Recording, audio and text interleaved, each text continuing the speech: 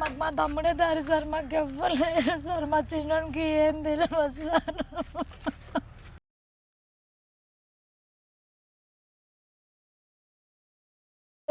నేను చూసిన కాడికైతే గొంతు కోసిరని తెలిసింది, నెత్తిపైన తలపై కొట్టిరని చెప్పింది. నమస్తే. ప్రస్తుతం మనం నాగర్ కర్నూలు జిల్లా స్థానికంగా బిజినేపల్లి మండల్ మాగనూరు గ్రామ పంచాయతీ పరిధిలో ఉన్నాం. ఏదైతే బిజినేపల్లి మండల వ్యాప్తంగా ఉన్న రైతులు దాదాపు 2 కోట్ల ఫ్రాడ్ జరిగిందని చెప్పేసి రైతులు మొన్న పోలీస్ స్టేషన్కి వచ్చి బిజినేపల్లి మండలంలో పెద్ద ఎత్తున మన ఛానల్లోనే మాట్లాడడం జరిగింది. ఏదైతే అరవింద్ అని చెప్పేసి, శివాజీ అని చెప్పేసి ఈ వ్యక్తులు మమ్మల్ని మోసం చేసి మా ఒడ్లు ధాన్యం కొని ఫోన్లు స్విచ్ ఆఫ్ ఉన్నాయి అని చెప్పేసి వారి మాటల్లో ఆవేదన వ్యక్తం చేసే ప్రయత్నం చేశారు. మరి దానిపై ఏదైతే ఆ ఇద్దరు వ్యక్తులు కలిపి మరి వాళ్ళిద్దరు వ్యక్తుల ఏందనేది ఎంక్వైరీలో తెలవాలి. హసన్ అనే వ్యక్తి చనిపోయాడు, ఆయన ఈ అమౌంట్ తీసుకొని పారిపోయాడు అన్నట్టు కొన్ని రూమర్స్ అయితే క్రియేట్ అవుతూ ఉన్నాయి. మరి వాస్తవంగా ఏదైతే మనం హసన్ వాళ్ళ భార్య దగ్గర అయితే ఉన్నామో ఆమె దగ్గర కూడా మాట్లాడించే ప్రయత్నం చేద్దాం. అసలు ఆ రోజు ఏం జరిగింది, ఏం కథ అని చెప్పేసి. చెప్పమ్మా, ఏం జరిగింది అసలు ఆ రోజు? ఆ రోజు మార్నింగ్ 8 o'clock శివాజీ ఫోన్ చేసిండు. ఫోన్ చేసి అదే వాషింగ్ మిషన్ పైన ఫోన్ ఉన్నది అన్నది. పాపకి ఫేస్ వాష్ చేస్తుంటే ఫోన్ వచ్చింది. ఏమైంది ఇంకా వెళ్ళవా బయటికి ఎంతసేపు అంటే, ఒక 2 నిమిషాలు వస్తున్నాని తొందరగా స్నానం చేసి షర్ట్ ఇట్లా వేసుకుంటూనే హడావుడిగా రోడ్ పైకి ఎక్కి కార్ ఎక్కి వెళ్ళిండు వాళ్ళది. మళ్ళీ నేను ఆఫ్టర్నూన్ ఫోన్ చేసిన, ఎక్కడ ఉన్నారు అని ఫోన్ చేస్తే సిటీలో ఉన్నాము, అదే శివాజీ వాళ్ళ సిస్టర్ దగ్గర అడిగిరంట డబ్బులు, ఆ డబ్బులు తీసుకెళ్దామని తీసుకెళ్ళారు. చెప్పారా మీతో ఏమని చెప్పిండా ఇట్లా పోతున్నా? నేను ఎవరితో నేను శివాజీతో మాట్లాడుతుంటేనే విన్నా నేను. ఓకే, ఇట్లా శివాజీ వాళ్ళ అక్క దగ్గర అప్పు తీసుకోవడానికి డబ్బులు తీసుకోవడానికి వెళ్తున్నాము అని తీసుకెళ్ళండి. శివాజీ ఫోన్ చేసిండు, రోడ్ పైన కారు ఉంది, ఎక్కి వెళ్ళండి ఆయన హడావుడిగా షర్ట్ వేసుకొని. మళ్ళీ నేను ఆఫ్టర్నూన్ కాల్ చేసిన, ఆయనకి హెల్త్ బాగలేదు, కొంచెం బీపీ పేషెంట్, హెల్త్ బాగలేదు, ట్యాబ్లెట్ వేసుకున్నారా అని ఫోన్ చేసి వాట్సాప్ చేయమంటే చేసిన. సాయంత్రం కూడా వాట్సాప్ చేయాలంటే ఏమొద్దు నేను ఈవినింగ్ వరకు వచ్చేస్తా అని చెప్పారు. మళ్ళీ 7:30కి ఫోన్ చేసిన, నేను బయలుదేరిరా అంటే టోల్గేట్ దగ్గర వస్తున్నా అని చెప్పారు. అంతే లాస్ట్. మళ్ళీ ఒక 5 minutesకి అట్లా లొకేషన్ పెట్టిండు నాకు. అంతే, అప్పటి నుంచి ఫోన్ చేస్తే స్విచ్ ఆఫ్. ఫోన్ అనేది 2 ఫోన్లు ఒకే టైంలో స్విచ్ ఆఫ్ అయిపోయినాయి. మరి ఇప్పుడు ఏదైతే రైతుల ధాన్యం కొన్న విషయంలో మీ ఆయన కూడా ఉన్నాడు, ఆ ఫ్రాడ్ జరిగే స్కామ్లో అంటున్నారు, నిజమేనా? నాకు అదేమీ తెలియదు సార్. మా ఆయన ఓన్లీ కమిషన్ లెక్కనే తెలుసు నాకు. ఆయన అయితే ఇన్వాల్వ్మెంట్ లేడు, ఆయనకు సంబంధమే లేదు సార్ అన్నంత వరకు. అలా ఫ్రాడ్ చేయాలంటే ఆయనది అకౌంట్ చెక్ చేయండి, స్టేట్మెంట్ తీయండి, అంతా మీకే డీటెయిల్స్ తెలిసిపోతుంది కదా ఎవరు ఎట్లా అనేది. ఇట్లా మీ ఇంటికి పెద్ద దిక్కు ఆయనే అంటారు? మా ఇంటికి పెద్ద దిక్కు ఆయనే సార్. మా అత్తమ్మకి 1 year అవుతుంది, కాల్ చేయబడిపోయిన ఆయన మంచంలో ఉంది. మా పాప ఇప్పుడు 4 years అంట. వీళ్ళ అక్క పాపకి ఏమో నడవడానికి రాదు. మా అందరికి ఆయన సపోర్ట్, ఆయన తెస్తేనే మాకు తిండి దొరికేది, లేకపోతే లేదు అంతే. ఇప్పుడు మేము ఏం చేసుకొని బతకాలి, ఎలా బతకాలి, పాప నేను ఎలా చూసుకోవాలి, మాకు ఆధారం ఏంటి? అవునబ్బా అదే భూములు ఉన్నాయి, ఇల్లు ఉన్నాయి అన్నట్టు లేదు, ఏమీ లేదు మాకు అసలు. ఇవి ఉన్నాయి, హోమ్, ఇది కూడా హోమ్ లోన్ మీదే ఉంది, హోమ్ కూడా మాకంటూ ఏమి ఆధారం లేదు సార్. మీరే ఆధారం చూపాలి. ఇంకొకటి, ఈ విషయం మాత్రం వదిలిపెట్టు. మా ఆయనని ఎంత టూ మచ్ ఎంత చేసి అలా చంపిరో వాళ్ళని మాత్రం అలానే చంపేయాలి. ఈ విషయంలో మాత్రం కాంప్రమైజ్ కావద్దు. మా ఆయనని ఎలా చంపిరో, ఆయన ఎంతగానో వేడుకున్నాడో, ఎంతగానో కాలు ముక్కిండో, ఎంతగానో గుర్తు తెచ్చుకున్నాడో, నా పాపని ఎంతగానో మేడ్చిండో, తంటాడిండో, ఎంతసేపటికైనా ప్రాణం వెళ్ళిందో, వాళ్ళకు కూడా సేమ్ ఇలానే జరగలే. నా గతి వాళ్ళ భార్య పిల్లలకు కూడా రావాలి సార్. ఎట్లా పొడిచి చంపినట్లుందా, ఎట్లా ఉందమ్మా? సార్ నాకు అంతగా ఎవరు చెప్పలేదు. నేను చూసిన కాడికైతే గొంతు కోసిరని తెలిసింది, నెత్తిపైన తలపై కొట్టిరని చెప్పింది. పొడిచారంట, ఏమేమో చేశారంట సార్ మొత్తం. అంతకుముందు ఎప్పుడన్నా వాళ్ళతోటి ఇబ్బంది ఎప్పుడన్నా అనిపించిందని ఏమని చెప్పాడా మీతోటి? ఏమో సార్, నాకైతే ఏం చెప్పలేదు నాకు. నేను జస్ట్ ఫోన్లో మాట్లాడుతుంటే విన్నా అంతగాని అందరూ ఏం చెప్పలేదు ఇంకా. కానీ వాళ్ళని మాత్రం వదిలిపెట్టొద్దు సార్, వదిలిపెట్టొద్దు. ఒక కుటుంబాన్ని నాశనం చేసేసారు వాళ్ళు. ఉన్న ఆమె పెద్ద దిక్కు మమ్మల్ని ఇంతమందికి, వాళ్ళ అక్క వాళ్ళ ఫ్యామిలీకి, తమ్ముడు ఫ్యామిలీకి, మా ఫ్యామిలీకి చూసుకున్న అతన్ని వెళ్ళిపోయిండు. మాకు ఇప్పుడు ఎవరు చూస్తారు? మా అత్తమ్మన మంచం పడి 1 ఇయర్ అవుతుంది, కాల్ చేయబడిపోయింది, మాటలు రావు, బ్రెయిన్లో బ్లడ్ స్టాక్ అయింది ఆమెకు. మీరే న్యాయం చేయాలి, మాకు ముందల దారి చూపించాలి. వాళ్ళని మాత్రం ఎట్టి పరిస్థితిలో మా ఆయనని ఎలా అయితే చంపిర్రో వాళ్ళిద్దరిని అలానే చంపేయాలి. ఆయన ప్రాణం ఎంతైతే తండ్లాడిందో వాళ్ళు కూడా అలానే చేసి చనిపోవాలి. అమ్మ ఏంది మీ తమ్ముడు ఎట్లా ఉంటుండే మీ అందరితోటి? మాతోటి అందరు కలిసిమెలిసి ఉంటుండే సార్. ఇవన్నీ మనుషులకు ఫ్రాడ్ చేయడం ఇవన్నీ ఏం తెలియదు సార్. మా ఆయన చనిపోయింది 10 ఏళ్ళు ఏంటంటే మా తమ్ముడే మమ్మల్ని సాగుతుండే సార్. నాకు ఏ చిన్న ఆన్యను తొందర ఫోన్ చేసి ఆలోటే వస్తుండే సార్. అసలు మాకు మా తమ్ముడే దారి సార్, మాకు ఎవ్వరు లేదు సార్. మా చిన్నోడికి ఏం తెలియదు సార్.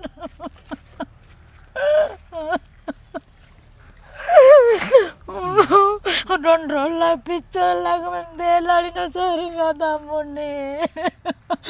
లాస్ట్కి అది శవమయ్యి దొరికింది సార్ మాకు. మీరు ఇక్కడనే ఉంటారా, మీ తమ్ముతో ఉంటారా బయట? లేదు సార్, నేను మామూలుగానే ఉంటా.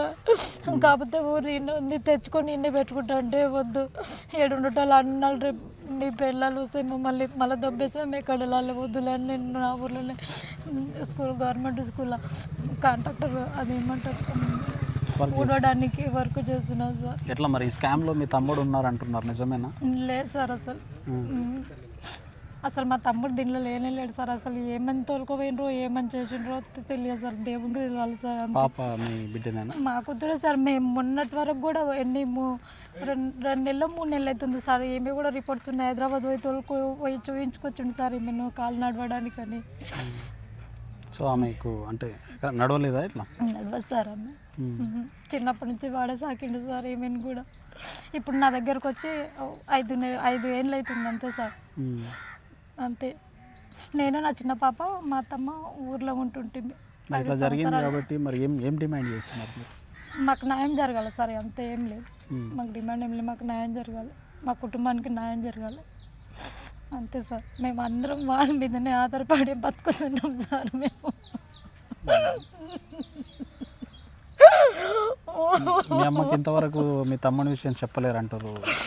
తెలియదు సార్, మా అమ్మకు నిజంగా తెలియదు సార్. మా అమ్మ వాడు బెడ్రూమ్ లోపల ఉంది కదా, ముందరికి వెళ్ళిపోతాడు కదా, తమ్ముళ్ళేడు ఏడుకోయిండంటే పోయిండు, బండి నడపడానికి పోయిండు అని చెప్తున్నా. ఆమె అడిగినప్పుడల్లా మొహం దాటించి బయట తిరిగి ఏడుస్తున్నాం సార్. ఆమెకు తెలియదు, అసలు తెలియదు సార్. ఆమెకు వస్తాడని వాళ్ళ ఫ్రెండ్స్ తోటి వీళ్ళతోటి మా మామూలతోటి ఫోన్ మాట్లాడిస్తున్నా. అమ్మ నేను వస్తున్నా, రేపు వస్తా, ఇవాళ వస్తా అని చెప్పిస్తున్నాం, అంతే తప్ప మా అమ్మకు తెలియదు సార్. చనిపోయిందే తెలియదు సార్.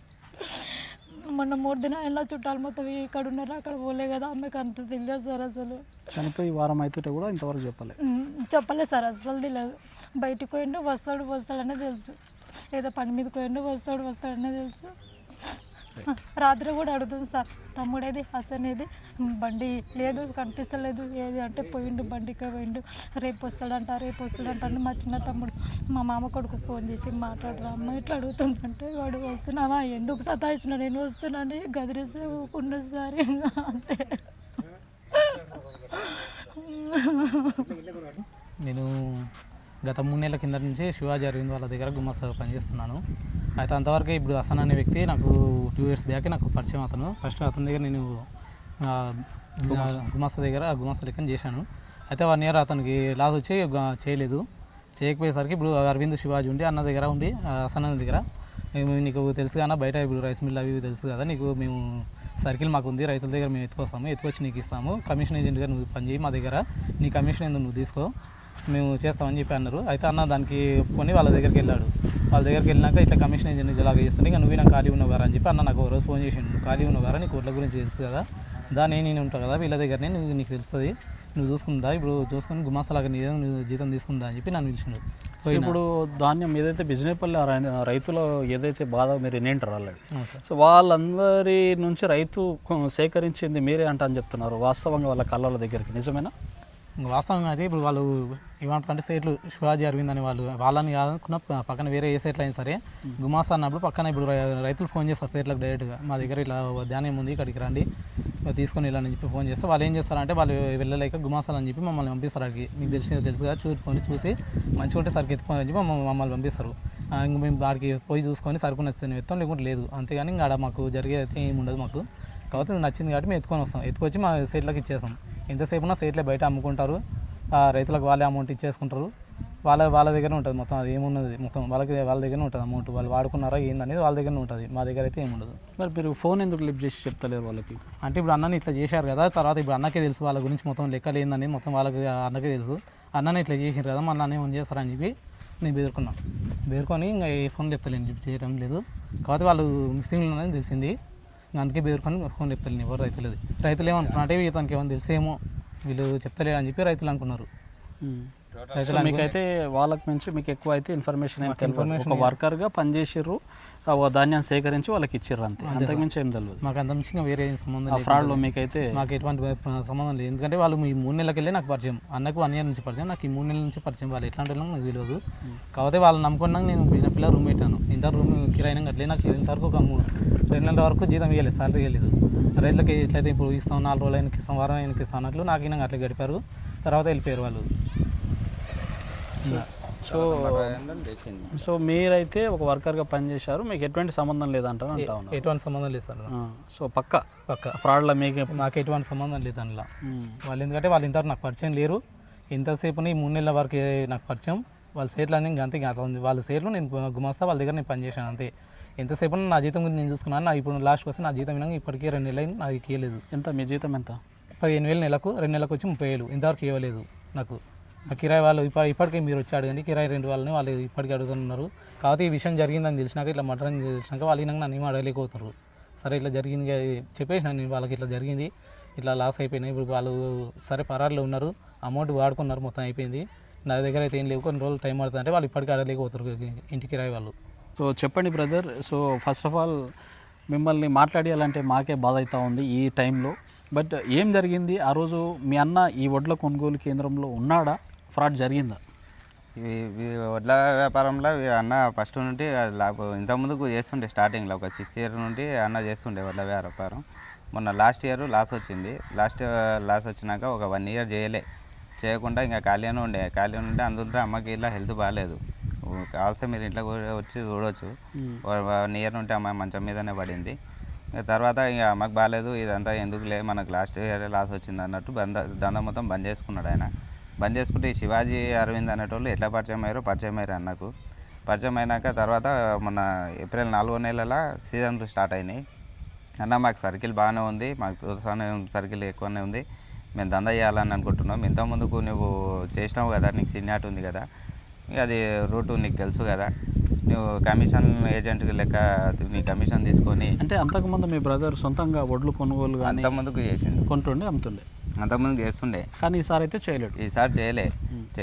పోయిన సంవత్సరం చేయలే, ఈ సంవత్సరం చేయకపోగా వీళ్ళు ఉండి మాకు సర్కిల్ ఉంది, మేము చేస్తాము, నువ్వు ముందలకై ఇంతకుముందు చేసినావు కాబట్టి నీకు సీనియారిటీ ఉంది కాబట్టి నువ్వు అమ్మించి మాకు కమిషన్ తీసుకో అని చెప్పి మాట్లాడారు. అదైతే నేను ఖాళీగానే ఉన్నా కదా, అమ్మని చూసుకుంటా, సరేలే కమిషన్ అని వస్తుంది కదా అన్నట్టు అన్న. అంటే రైతుల నుంచి వడ్లు ధాన్యాన్ని మేము సేకరించి మీకు ఇస్తాం. సో మీరు దాన్ని మిల్లులకు అమ్ముకుంటారా, ఎక్కడ అమ్మేసి ఆ కమిషన్ మీరు ఎంతో అమ్మించినందుకు తీసుకొని మిగతా అమౌంట్ మాకు ఇచ్చేయండి, మేము రైతులతో బిజినెస్ చేసుకుంటామని చెప్పారు వాళ్ళు. అయితే ఈ అరవింద్ శివాజీ అన్న వాళ్ళ అకౌంట్లకే పడుతుండే డబ్బులు అన్నీ. వాళ్ళ అకౌంట్లకే వేసి మేము మిల్లుల కాడ ఇప్పుడు స్టేట్మెంట్లు అన్ని బ్యాంకులో స్టేట్మెంట్లు తీసి అన్నీ తెలిసిపోతాయి. ఇంకోటి అన్న ఫోన్లు లేవు, అన్న ఫోన్లు దొరికినా మొత్తం అన్న ఫోన్ల హిస్టరీ మొత్తం ఉంటుంది. ఒకవేళ అన్నతో అన్న డబ్బులు ఉన్నట్టు ఉంటే అన్న అకౌంట్లు ఇట్లా చెక్ చేసుకోవచ్చు మనం. ఈ తప్పుడు ప్రచారాల వల్ల అవన్నీ చేయడం కాదు. ఫస్ట్ ఏంటంటే మంచిమైన బాధలో మేము ఉన్నాం, అందుట్లో మళ్ళీ ప్రెస్ వాళ్ళు ఇట్లా అదొకటి ఇదొకటి అని చెప్పి అన్న మీద ఇది చేస్తారు. అది కాకుండా వీళ్ళు దొరికిన తర్వాత ఏమైంది ఏం కథ అన్నీ తెలుసుకోవాలి. తెలుసుకున్న తర్వాతనే ఇవన్నీ పెట్టాలి.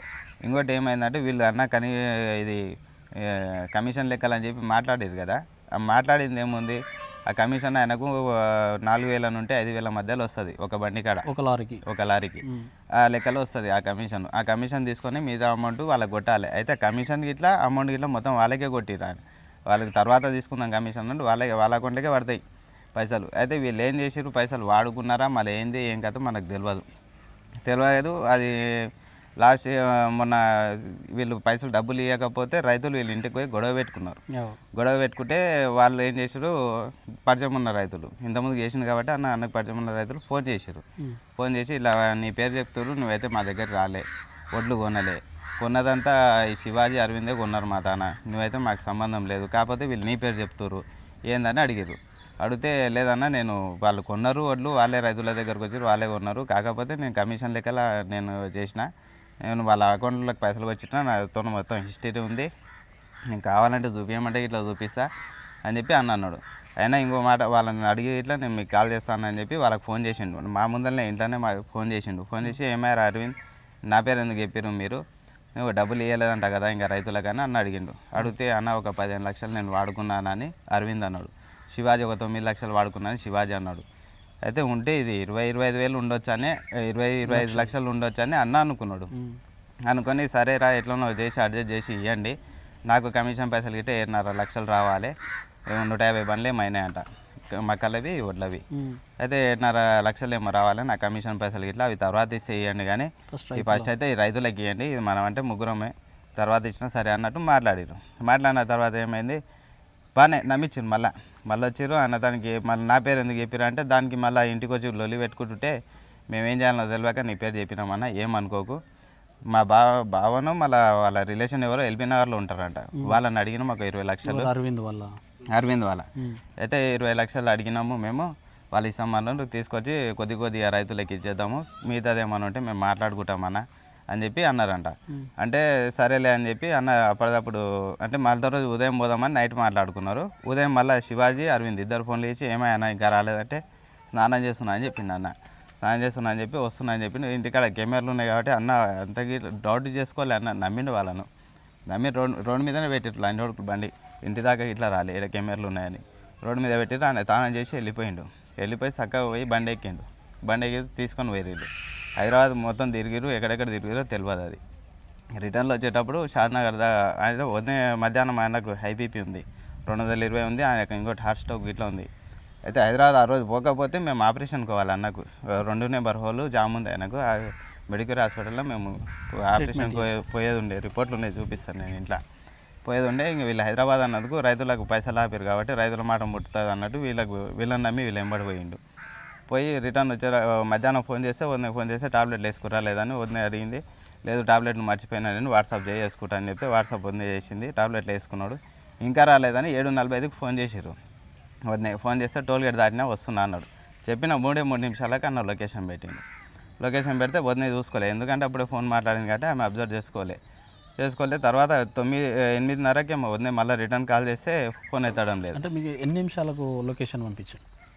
అది టోల్ గేట్ దాటినా అన్నప్పుడు నాకు తెలిసి అది బురుగుల గేట్ దగ్గరలో ఉండొచ్చు వీళ్ళు. అంటే మీకు లొకేషన్ పంపించిన టైం ఉంటుంది కదా ఫోన్లో, పంపించిన టైము 7:48కు లొకేషన్ వచ్చింది.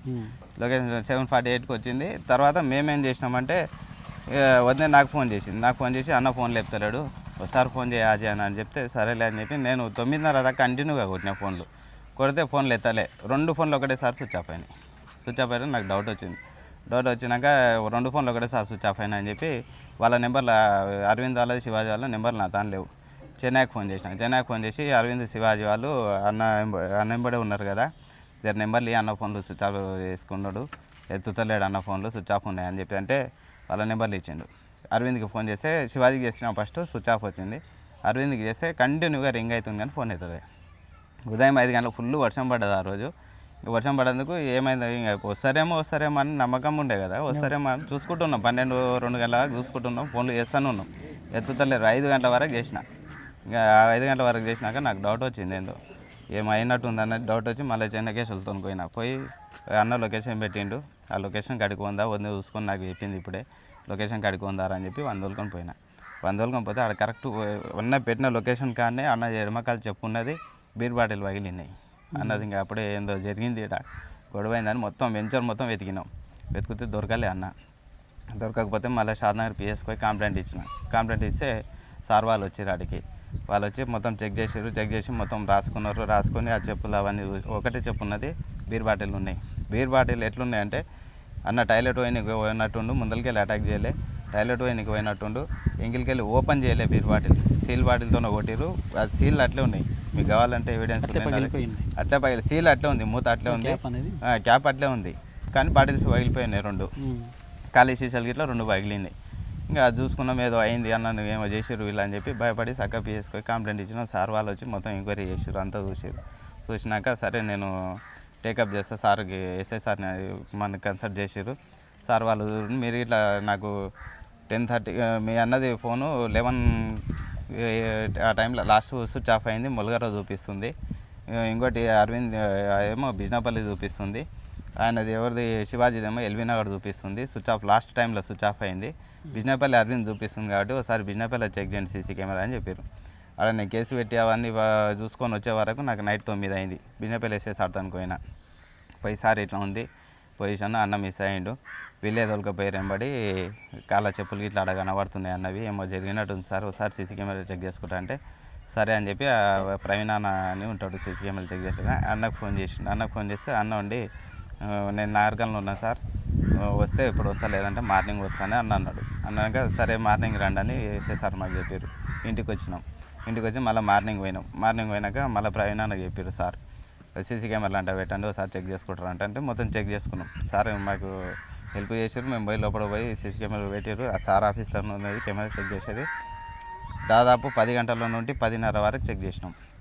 10 గంటల నుండి ఉదయం 4:30 వరకు చెక్ చేసినాం. బండి ఎంట్రీ కావాలి, బిజినపల్లి ఎంట్రీ కావాలి. ఆడ చెక్ చేసే క్రమంలోనే మళ్ళీ షాద్నగర్ ఎస్ఐ సార్ నాకు ఫోన్ చేశారు 2:30కు. హాజీ ఎక్కడ ఉన్నావు అంటే బిజినపల్లి పిఎస్లో ఉన్నా సార్, కెమెరాలు చెక్ చేస్తున్నానంటే ఒకసారి నాది అరవింద్ది 10:30కు భూత్పూర్ టవర్ నుండి లొకేషన్ వచ్చింది. ఎందుకైనా మంచి 10:30 నుండి 10:25 నుండి నువ్వు 11 గంటల వరకు మీ ఊరు సైడ్ కారు పోయిందేమో, అదే కారు పోయిందేమో చెక్ చేయండి అని చెప్పారు. చెక్ చేయమంటే మళ్ళీ నేను భూత్పూర్ పిఎస్కి పోయి ఆడ పర్మిషన్ తీసుకొని చెక్ చేసి చూస్తే ఆడ బండి 10:49కి ఇక్కడ ఎంటర్ అయింది.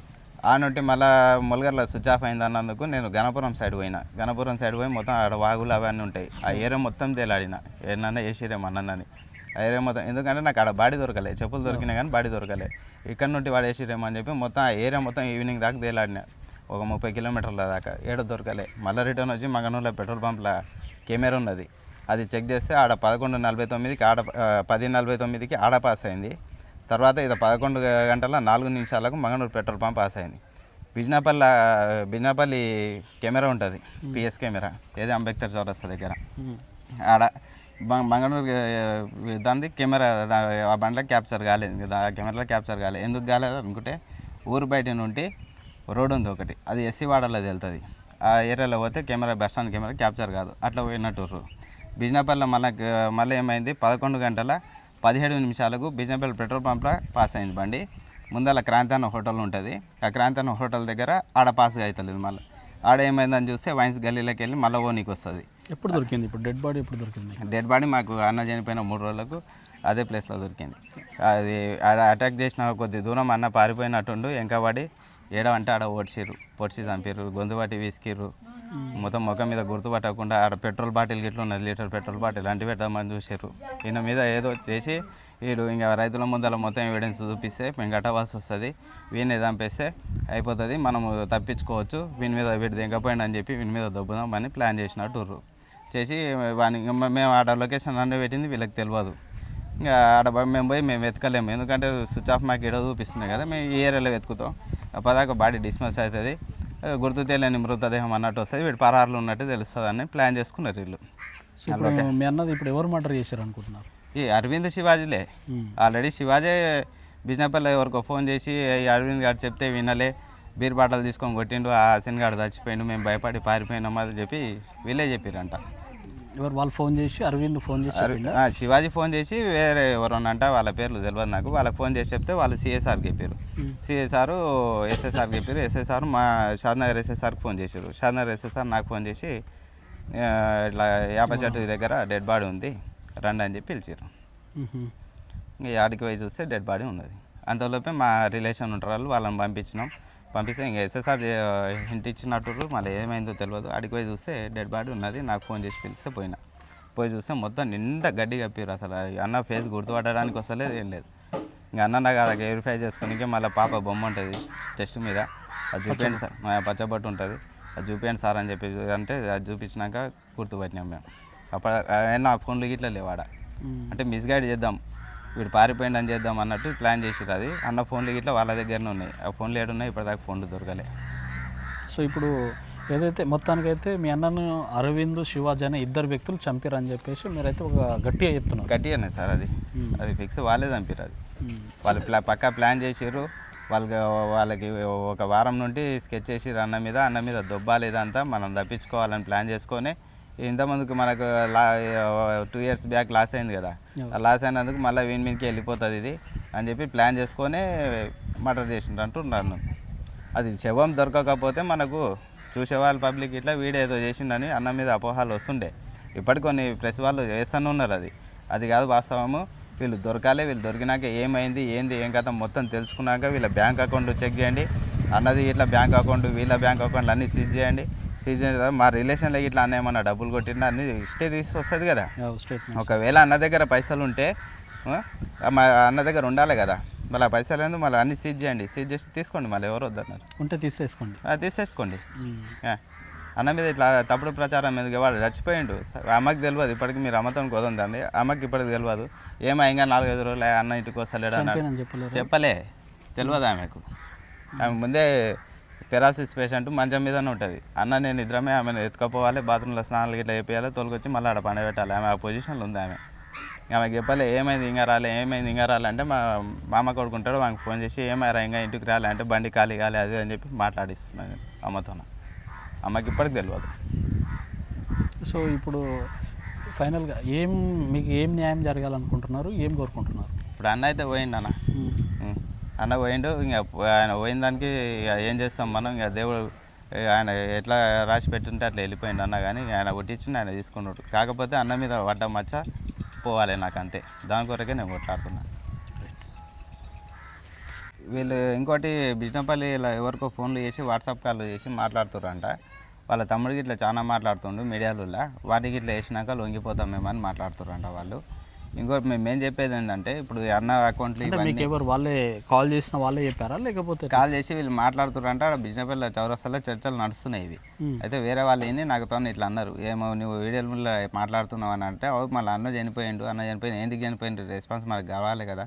ఏమన్నా ఉంటే డబ్బుల విషయం ఉంటే ఆ స్టేట్మెంట్లు అన్నీ తీసుకొని అదే రైతులను తోలుకొని, ఇప్పుడు మా అన్న ఇచ్చేది ఉన్నప్పుడు అదే రైతులను తోలుకొని నీ ఇంటికాడికి ఎట్లా వచ్చి గడబడి చేస్తారో అదే రైతులను నాకు పలానోడు ఇవ్వాలని చెప్పి మా ఇంటి ముందర తీసుకొచ్చి ఎందుకు కూసబెట్టలేకపోయినావు నువ్వు?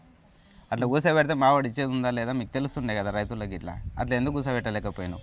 అది కూసబెట్టకుండా మావని తీసుకుపోయి ఎస్కేప్ చేయవలసిన అవసరం ఏముంది, మావని చంపాల్సిన అవసరం ఏముంది? మీరు పైసలు తిన్నారు కాబట్టే కదా మావని చంపింది. లేకపోతే అదే రైతులను తీసుకొచ్చి కూసబెట్టింటే వాళ్ళు వసూలు చేసుకుంటుండే రైతులు. మావనికి సంబంధం లేని దానికి మీరు అనవసరంగా తీసుకుపోయి చంపిరు వాడిని. ఇప్పుడు ఎవడు ఇబ్బంది పడుతుంది, ఎవరి కుటుంబం రోడ్డు మీద పడ్డది. వాడు చిన్న పాపను తెచ్చుకొని 7 రోజుల పాపను తెచ్చుకొని పిల్లలు కాకపోతే పాపను తెచ్చుకొని దాక్కున్నాడు వాడు. అట్లాంటి వాడు అట్లాంటి తీసుకుపోయి ఇట్లా చేసుకొని సావాలి. మీరు మేము కోరేదంతా ఒకటే అన్న, స్టేట్మెంట్లు మొత్తం వీళ్ళు దొరకాలి. దొరికిన తర్వాత స్టేట్మెంట్లు మొత్తం అన్నీ ఒకవేళ అన్న దగ్గర డబ్బులు ఉన్నాయని చెప్పి పుకారు కొన్ని ఛానల్లో వాళ్ళు వేస్తుర్రు. వాళ్ళకి మొత్తం ఎంక్వైరీ చేసినాకనే ఏమనండి, ఉత్త పుకారు లేకపోద్దు చనిపోయిన మనిషి మీద. వాళ్ళు దొరికినాక మొత్తం అకౌంట్లు మొత్తం చెక్ చేయండి. చెక్ చేసినాక మా రిలేషన్లో ఎవరికైనా డబ్బులు వేసిందా, ఏమన్నా ప్లాట్లు కొన్నాడా, ఏమన్నా బిల్డింగ్లు కొన్నాడా, అవన్నీ ఎంక్వైరీ చేయండి. అవి ఏమన్నా కొంటే మొత్తం జప్తు చేసుకోండి మీరు, నేను వద్దంటలేను. కాకపోతే వీళ్ళు దొరికినాక మొత్తం తీసినాక రైతుల పైసలు అయితే రైతులకి ఇవ్వాలి. వాళ్ళు పొద్దుగాల రాత్రి అనకుండా పోయి చిలకలూలో పోయి వాళ్ళు పనులు చేసుకొని వాళ్ళు పంట పండించుకొని తీసుకొచ్చి ఇట్లాంటి ముండా కొడుకులకి ఇస్తే ఈ కొడుకులు తీసుకుపోయి పైసలు అడ్డగోలు వాడుకొని మా అన్న మీద దొబ్బి ఇవ్వాలి. మా అన్నను చంపారు. మా అన్న బతుకుంటే ఏందో తెలుస్తుంది, మొత్తం తెలిసిపోతుంది, మేము కట్టవలసి వస్తుంది అని చెప్పి లంచ్ కొడుకు తీసుకొని రావద్దు. అంటే మీరు దీనిపైన క్వశ్చనింగ్ చేస్తూ ఉన్నారు, వాస్తవాలు బయటికి తీస్తూ ఉన్నారు అన్నట్టు మిమ్మల్ని చంపుతామని అంటారు. ఇవన్నీ వాస్తవాలు. అన్న ఫోన్లు దొరకాలి నాకు. అన్న ఫోన్లు దొరికితే మొత్తం హిస్టరీ ఉంటుంది దానిలో. ఇంకోటి అన్న ప్రతి ఒక్క ఇప్పుడు ఈరోజు మీకు ఒక 10 రూపాయలు కొట్టినా ఈరోజు డేటు ఎట్లా కొట్టిండు, ఫోన్పే కొట్టిండా, ఏది కొట్టిండు మొత్తం డీటెయిల్స్ రాసి పెడతారు. ప్రతిరోజు డైరీ ఉంటుంది అన్నది. అట్లా వాళ్ళ తాను ఏమన్నా లెక్కలు ఉన్నాయా, వాడినే పైసలు ఎన్ని బండ్లు పంపించారు, ఏంది ఏం కదా, మొత్తం వానికి పేమెంట్లు ఎన్ని పడ్డాయి, ఏంది ఏం కదా, మొత్తం లెక్కలు అన్న రాసినట్టు లెక్కలు ఏమన్నా ఉన్నాయా చూపించమన్నది. అడ్డోగల పైసలు వాడుకొని అన్నం తీసుకుపోయి చంపుతారా అన్న? మళ్ళీ ఎగ్జామ్ మాన్ మీద వాడు పైసలు తీసుకొని పారిపోయిందని పుట్టించడానికి చూసిరు. కాకపోతే అది మా అదృష్టం, ఆయన లొకేషన్ పెట్టింది కాబట్టి మాకు ఆ డెడ్ బాడీ దొరికినట్టు అయింది. లేకపోతే మాకు అంత్యక్రియలకు ఇట్లా ఇప్పుడు వాడి ముఖం చూడకపోతుండే ఎవరినో బొక్కలు తీసుకొచ్చి చేయవలసి వస్తుండే. మాకు ఇంత కిరాతకానికి పాల్పడతారా వీళ్ళు క్రిమినల్స్. ఇంతమందికి ఇట్లా మర్డర్ కేసులు ఉన్నాయంటారు వీళ్ళ మీద. మాకు తెలియదు, నిన్న తెలుస్తుంది ఇదంతా. ఇట్లా ఎంతమందిని చంపుకుంటా పోయి ఎంతమంది కుటుంబాలు నాశనం చేస్తారు వీళ్ళు. ఇప్పుడు మాకు ఇంట్లో పెద్ద దిక్కే వాడు, వాడి మీద డిపెండ్ అయ్యే నేనున్నా. ఇంట్లో 7 మంది 8 మందిని వాడే తాకేది మమ్మల్ని, వాడే లేడు ఇప్పుడు. మమ్మల్ని ఎవరు చూడాలి? ఒకసారి మా ఇల్లు చూడండి, అమ్మని చూపియండి, అమ్మ పొజిషన్ చూడండి ఒకసారి ఎట్లుందో, మా అమ్మ పొజిషన్ చూడండి. రైట్, ఇది ఏదైతే సో మాగనూరులో హసన్ వాళ్ళ కుటుంబం దగ్గర పరిస్థితి ఇది ఏదైతే మనకు స్పష్టంగా కనిపిస్తూ ఉంది. పక్షవాతం వచ్చిన తల్లి ఇంతవరకు కొడుకు చనిపోయి వారం రోజులు అవుతుంటే కూడా కొడుకు ఇంకా బతికే ఉన్నాడన్న భ్రమలో తల్లి అయితే కొడుకు కోసం ఎదురు చూస్తున్నట్టు కనిపిస్తూ ఉంది. ఏదైతే వారక్క వాళ్ళ బావ చనిపోయినప్పటి నుంచి కూడా సో ఆమె యొక్క బాధ్యతలు కూడా సో అసనే చూసుకుంటున్నట్టు ఆమె అయితే కన్నీటి పర్యంతం అవుతూ ఉన్నారు. ఆమె యొక్క కూతురు కూడా ఆమె సరైన ఆరోగ్యం లేకపోతే కూడా ఆయననే చూసుకుంటూ ఉండే. మొత్తానికి ఆ భార్య కూడా అంటే మొత్తం కుటుంబానికి ఒక పెద్ద దిక్కు అయిపోయి సో వాళ్ళ తమ్ముని కుటుంబం కానీ వాళ్ళ అక్క కుటుంబం కానీ ఆయన కుటుంబం కానీ మొత్తం అందరికీ ఆయన చేస్తేనే వీళ్ళ ఇంట్లో పూట గడుస్తుంది, మాకేం పెద్ద ఆస్తులు లేవు, మాకేమి భూములు లేవు, ఉన్న ఇల్లు కూడా లోన్లో ఉందని చెప్పేసి వారంతా ఒక కన్నీటి పర్యంతం అయితే అవుతూ ఉన్నారు. సో ఏదైతే అంటే చూస్తూ ఉంటే చాలా బాధ అవుతూ ఉన్నది. అంటే మళ్ళీ దీనిపైన మళ్ళీ అలిగేషన్స్ ఈ ఫ్రాడ్లో మళ్ళా హసన్ ఉన్నాడని చెప్పేసి కూడా ఏవైతే చెప్తా ఉన్నారు జనాలు. మరి వాస్తవంగా చనిపోయి వారం రోజులు అవుతా ఉన్నా కూడా పోలీస్ ఎంక్వైరీ అయితే నడుస్తున్నట్టుగా అనిపిస్తూ ఉంది. సో ఏదైతే చంపారో ఇద్దరు వ్యక్తులపైన వారైతే ప్రగాఢంగా వారి యొక్క అనుమానం అయితే వ్యక్తం చేస్తూ ఉన్నారు. ఏదైతే అరవింద్ అని చెప్పేసి శివాజీ అని చెప్పేసి ఆ చంపిన వ్యక్తుల్ని ఎంబడే వారినైతే సో మా హసన్ ఏ విధంగా అయితే చంపారో వాళ్ళకు కూడా అదే విధంగా శిక్ష వేయాలి, సో వారికి కూడా ఉరి శిక్ష వేయాలన్నట్టు వారి యొక్క మనోవేదన అయితే వ్యక్తం చేసే ప్రయత్నం చేస్తూ ఉన్నారు. మరి చూద్దాం ఎంబడే ఏదైతే వారిద్దరిని పట్టుకొని వాస్తవంగా తప్పు వారు చేసిరా ఈయన చేసిరా బ్యాంక్ అకౌంట్లు కానీ ఆ డిపాజిట్స్ కానీ స్టేట్మెంట్స్ కానీ ప్రతిదీ తీసుకొని సో నిజంగా ఒకవేళ వారే తప్పు చేసినట్టయితే హసన్ కుటుంబానికి కూడా ఏదైతే పేద పరిస్థితి మనకు కనిపిస్తూ ఉంది కాబట్టి కుటుంబాన్ని కూడా ప్రభుత్వం ఆదుకోవాలి. వీళ్ళ చంపిన వ్యక్తులకు కూడా కఠినమైన శిక్ష అవలంబించాలి. ఇంకెక్కడ ఇటువంటి రైతులు కావచ్చు సో ఎవ్వరు ఎక్కడ మోసపోకుండా కఠిన చర్యలు తీసుకోవాలని చెప్పేసి డిపార్ట్మెంట్ని అయితే సో కుటుంబం అయితే వేడుకుంటున్నట్టు మనకు కనిపిస్తూ ఉంది.